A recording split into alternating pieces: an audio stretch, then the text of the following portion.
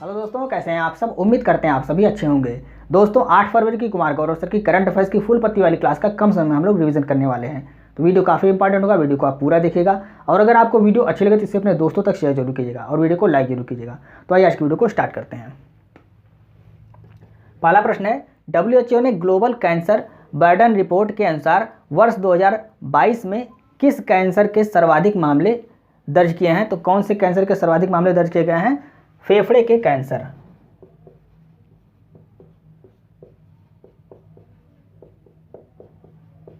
फेफड़े का कैंसर के सर्वाधिक मामले वर्ष 2022 में दर्ज किए गए हैं। किस रिपोर्ट में बताया गया है?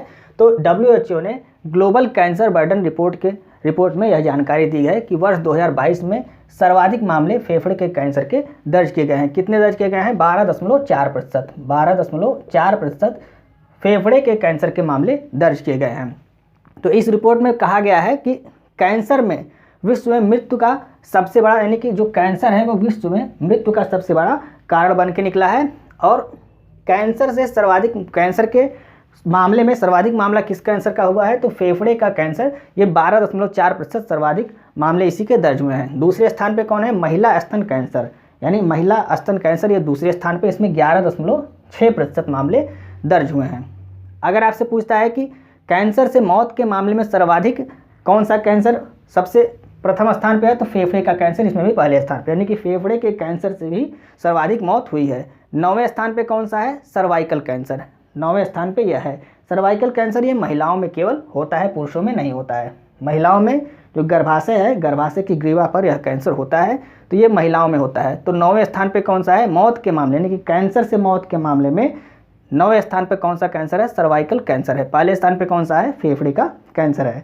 और सर्वाधिक मामले दर्ज हुए उसमें भी पहले स्थान पे कौन सा कैंसर है? फेफड़े का कैंसर। ये सभी आपको याद रखना है। अगर आपसे पूछता है कि भारत में सर्वाधिक कौन सा कैंसर महिलाओं में होता है, तो भारत में सर्वाधिक सर्वाइकल कैंसर ये महिलाओं में पाया जाता है। पूरे विश्व में महिलाओं में सर्वाधिक कौन सा कैंसर पाया जाता है? तो पूरे विश्व में महिलाओं में स्तन कैंसर पाया जाता है। ये विश्व में पूरे। अब यहाँ पर जो बताया गया है, ये महिला पुरुष दोनों की बात की गई है। जो महिला और पुरुष दोनों मिला के सर्वाधिक कैंसर के मामले कौन से कैंसर में दर्ज हुए हैं? तो फेफड़े के कैंसर में दर्ज हुए हैं। 12.4% आपको याद रखना है। यहाँ पर कारण क्या बताया गया? तो कारण बताया गया कि तंबाकू, शराब और मोटापा, ये फेफड़े के कैंसर के जो सर्वाधिक मामले दर्ज हुए उसके कारण बताए गए हैं। तो मोटापा क्यों होता है? जो आजकल जानते हैं सभी लोग फास्ट फूड खाते हैं, पिज्ज़ा हुआ, बर्गर हुआ, ये सभी खाते हैं, तो उस वजह से मोटापा होता है। तो मोटापा भी जो फेफड़े का कैंसर है इसका कारण है, तो इसको भी बताया गया। तंबाकू और शराब आप सभी जानते हैं, अधिक से अधिक लोग इसका सेवन करते हैं वर्तमान समय में। कैंसर से मौत के मामले हमने आपको बता दिया। आइए हम नेक्स्ट प्रश्न को डिस्कस करते हैं। दूसरा प्रश्न है, हाल ही में एशियन ADB मतलब एशियन डेवलपमेंट बैंक, तो एशियन डेवलपमेंट बैंक भारत का डायरेक्टर किसे नियुक्त किया गया है? मियो ओका को नियुक्त किया गया है।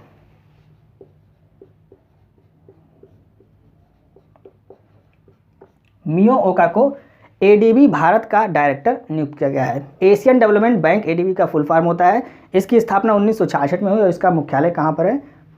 मनीला, फिलीपींस में इसका मुख्यालय है। कुल सदस्य इसमें कितने हैं?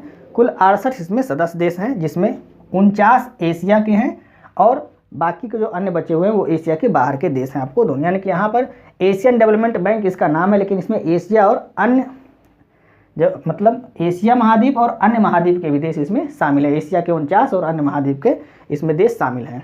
अध्यक्ष इसके कौन है? मसत्सुगु आसाकावा इसके अध्यक्ष हैं वर्तमान में, और उपाध्यक्ष कौन है? अशोक लवासा, ये वर्तमान में उपाध्यक्ष हैं। न्यू डेवलपमेंट बैंक, NDB का मतलब न्यू डेवलपमेंट बैंक, ये ब्रिक्स का बैंक है और इसकी वर्तमान में अध्यक्ष कौन है? डिल्मा रूसेफ इसके अध्यक्ष हैं। और नवीनतम सदस्य किसको बनाया गया है? मिस्र को इसका नवीनतम सदस्य बनाया गया है। नेक्स्ट प्रश्न है, हाल ही में लोकसभा में पारित सार्वजनिक परीक्षा अनुचित साधनों की रोकथाम विधेयक 2024 में कितने जुर्माने का प्रावधान किया गया है? तो 1 करोड़ जुर्माने का प्रावधान किया गया है।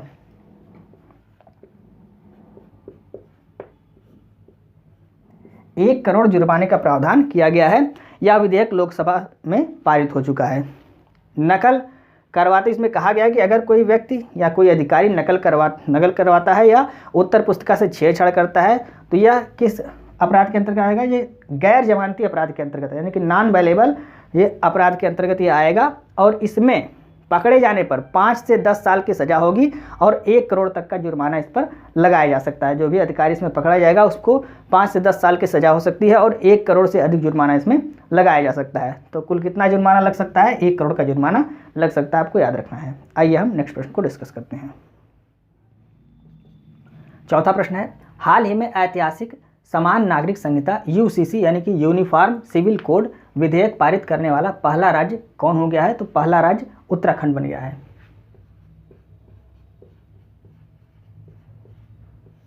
उत्तराखंड पहला राज्य बन गया है जिसने यूसीसी विधेयक पारित किया है। यूसीसी का फुल फॉर्म क्या है? यूनिफॉर्म सिविल कोड इसका फुल फॉर्म है। इसको 6 फरवरी 2024 जो विधेयक पारित किया गया 6 फरवरी 2024 को इसको पारित किया गया है और 7 फरवरी को पेश किया गया है, 6 फरवरी को, और 7 फरवरी को यह पारित हो गया है। कहाँ से? विधानसभा से यह पारित हो गया है। अब इस पर जो राज्यपाल हैं उनकी मोहर लगना बाकी, यानी कि उनका दस्तखत हो जाएगा तो ये अधिनियम बन जाएगा। तो किसने पारित किया है विधेयक? यूसीसी ने। यूसीसी विधेयक उत्तराखंड द्वारा पारित किया। ये पहला राज्य है जिसने यह विधेयक पारित किया है। अगर आपसे पूछता है कि पहला राज्य कौन सा है जहां पर यूसीसी लागू किया गया, तो वो गोवा है। लेकिन गोवा में विधेयक नहीं पारित हुआ था, गोवा में पुर्तगालियों द्वारा ही इसको लागू करके गए थे, तो वहीं से ये चला आ रहा है, यानी कि वहाँ पर विधेयक नहीं पारित हुआ है। अगर आपसे पूछता है कि कौन सा राज्य है पहला यूसीसी यूनिफॉर्म सिविल कोड अपनाने वाला, तो वो गोवा हो जाएगा। लेकिन विधेयक पारित करने वाला पहला राज्य कौन सा है? तो ये उत्तराखंड आपका राइट आंसर हो जाएगा। इसमें मुख्य उद्देश्य इसका क्या है? तो इसका मुख्य उद्देश्य है जो विवाह, तलाक, गोद लेना, विरासत, इन सभी के लिए समान सिविल संहिता लागू करना है। यानी आप सभी जानते होंगे कि कोर्ट में एक फौजदारी मुकदमा होता है और एक क्या होता है? एक दीवानी होता है। तो दीवानी वो फिल्मों वाला दीवानी दीवाना नहीं, ये दीवानी मुकदमे होते हैं। कहाँ पर? कचहरी में, कोर्ट में होते हैं। तो फौजदारी के लिए तो सबके लिए समान है, आईपीसी, सीआरपीसी, ये सभी के लिए एक समान है। लेकिन जो दीवानी मुकदमा मामले होते हैं, सिविल कोड होते हैं, इनमें हिंदुओं के लिए हिंदू लॉ है, मोहम्मडन के लिए मोहम्मडन लॉ है, हिंदू मैरिज एक्ट अलग है, मुस्लिमों के लिए मैरिज एक्ट अलग है। तो ये सभी जो अलग अलग एक्ट हैं उन सभी को एक बनाना, ये इसका उद्देश्य है। यानी कि सभी के लिए एक समान सिविल संहिता लागू करना, ये इसका उद्देश्य है। इसको लागू होने के बाद जो अलग अलग, यानी कि उत्तराखंड में अब जो हिंदू हैं, मुस्लिम हैं, सिख कोई भी हों, उन सभी के लिए एक समान सिविल संहिता लागू हो जाएगी। तो यही इसका मुख्य उद्देश्य है।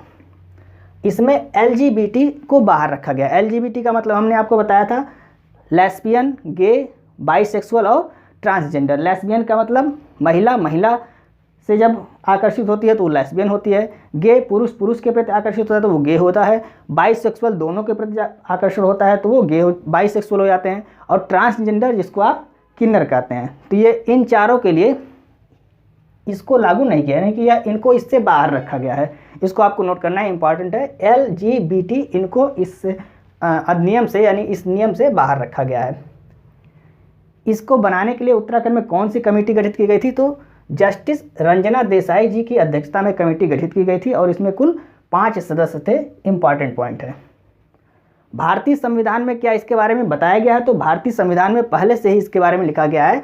आर्टिकल 44 में यूसीसी के बारे में लिखा गया है। लेकिन राज्य के ऊपर निर्भर करता है कि वह अपने यहाँ इसको लागू करे या ना लागू करे। ये बाध्यकारी नहीं होता है, राज्य के ऊपर निर्भर करता है कि कौन सा राज्य इसको लागू करेगा, कौन सा नहीं करेगा। तो अभी उत्तराखंड ने लागू कर दिया है, अन्य राज्य भी इसको धीरे धीरे लागू कर देंगे। यह बाध्यकारी नहीं है, ये राज्य के ऊपर है कि राज्य उसको लागू कर सकता है। भाग 4 में जो भारतीय संविधान का भाग 4 है वो अनुच्छेद 36 से 51 के बीच में है। तो इसी में किसको बताया गया है? आर्टिकल 44, यानी राज्य के नीति निर्देशक तत्व में आर्टिकल 44 के अंतर्गत यूसीसी यानी कि यूनिफॉर्म सिविल कोड के बारे में जानकारी आपको दी गई है पहले से ही। इसके कुछ मुख्य प्रावधान किए गए हैं, इसको भी आप देख लीजिए। 3 तलाक, बाल विवाह, निकाह हलाला, इन सभी को बैन किया गया है। इस नियम के अंतर्गत इन सभी को बैन किया गया है। कृषि भूमि का बंटवारा, बेटा और बेटी, अगर किसी व्यक्ति के एक बेटा है एक बेटी है तो जो भूमि का बंटवारा होगा, कृषि संबंधित जो भूमि है उसका जो बंटवारा होगा वो बेटा और बेटी दोनों में बराबर होगा। लड़कियों की विवाह की उम्र इसमें 21 वर्ष निर्धारित की गई है और विवाह पंजीकरण कराना अनिवार्य होगा। ये सभी मुख्य पॉइंट हैं। इससे संबंधित एक अलग से वीडियो भी हम आपको प्रोवाइड कराएंगे। नेक्स्ट प्रश्न है, हाल ही में FAO यानी कि फूड एंड एग्रीकल्चर ऑर्गेनाइजेशन और वर्ल्ड हेल्थ ऑर्गेनाइजेशन की मसालों और पाक जड़ी बूटी पर कोडेक्स समिति का 7वां सत्र कहाँ आयोजित हुआ है? तो कोच्चि, केरल में इसका आयोजन किया गया है।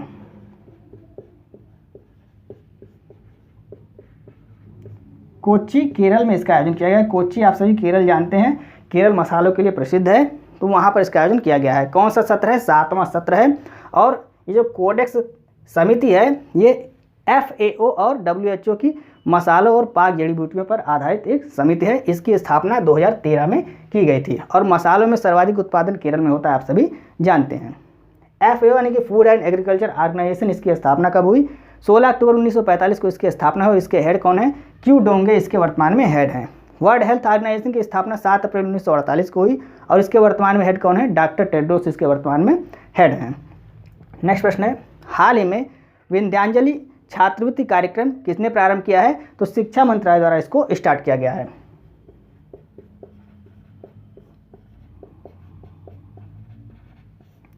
शिक्षा मंत्रालय द्वारा विंध्यांजलि छात्रवृत्ति कार्यक्रम को स्टार्ट किया गया है। शिक्षा मंत्री कौन है? धर्मेंद्र प्रधान जी हैं, इनके द्वारा इसको स्टार्ट किया गया है। उद्देश्य क्या है? तो सभी को उच्च शिक्षा मिल सके और गुणवत्तापूर्ण शिक्षा मिल सके, ये इसका उद्देश्य है। यानी कि जो मेधावी छात्र हैं वो पैसे के अभाव में उच्च शिक्षा प्राप्त नहीं कर पाते हैं या आगे नहीं बढ़ पाते, उन सभी को अगर वो मेधावी हैं तो सरकार उनको मदद करेगी। किसके माध्यम से? विंध्यांजलि छात्रवृत्ति कार्यक्रम के माध्यम से उनकी मदद करेगी और मेधावी छात्रों को आगे बढ़ाने का उद्देश्य इसके द्वारा पूरा किया जाएगा। यानी कि उद्देश्य क्या है? जो मेधावी छात्र हैं, जो पैसे के अभाव में पढ़ नहीं पा रहे हैं, उनको छात्रवृत्ति देकर उनको गुणवत्तापूर्ण शिक्षा देना और उच्च शिक्षा उनको प्रदान करना इसका उद्देश्य है। आइए हम नेक्स्ट प्रश्न को डिस्कस करते हैं। 7वां प्रश्न है, हाल ही में देश की पहली hyper velocity expansion tunnel Jigarthanda S2 का विकास किसने किया है? IIT कानपुर द्वारा इसका विकास किया गया है। IIT कानपुर द्वारा इसका विकास किया गया है। उद्देश्य क्या है? तो हाइपरसोनिक क्रूज मिसाइल के परीक्षण करने के लिए यह टनल बनाई गई। यह क्या है? यह जिगरथंडा S2 यह क्या है? यह एक टनल है। इसका विकास किसने किया है? IIT कानपुर ने इसका विकास किया है। और क्यों किया है? तो हाइपरसोनिक क्रूज मिसाइल के परीक्षण के लिए इसका विकास किया गया है। निशाना सटीक लग सके इसके लिए इसको विकसित किया गया है। हाइपरसोनिक, सबसोनिक और सुपरसोनिक ये क्या होता है? तो 1 मैक, ध्वनि की गति कितनी होती है? 1 मैक। 1 मैक से कम गति को क्या कहते हैं? सबसोनिक कहते हैं। 1 मैक से 5 मैक की गति को सुपरसोनिक कहते हैं और 5 मैक से अधिक की गति को हाइपरसोनिक कहते हैं। तो इसको भी आपको याद रखना है। IIT मद्रास का पहला ऑफशोर कैंपस ये जंजीबार तंजानिया में खोला गया। इसको आपको याद रखना है। जंजीबार तंजानिया में IIT मद्रास का पहला ऑफशोर कैंपस खोला गया और इसकी पहली महिला हेड कौन है? प्रीति अग्लाइन इसकी पहली महिला हेड हैं। अमृत तकनीक ये क्या है? तो IIT मद्रास द्वारा इसको विकसित किया गया है। पानी से आर्सेनिक को दूर करना इसका उद्देश्य है। नेक्स्ट प्रश्न है, फीफा फुटबॉल विश्व कप 2026 के लिए भारत में क्वालिफायर मैच कहां पर होगा? हैदराबाद तेलंगाना में इसका आयोजन किया जाएगा।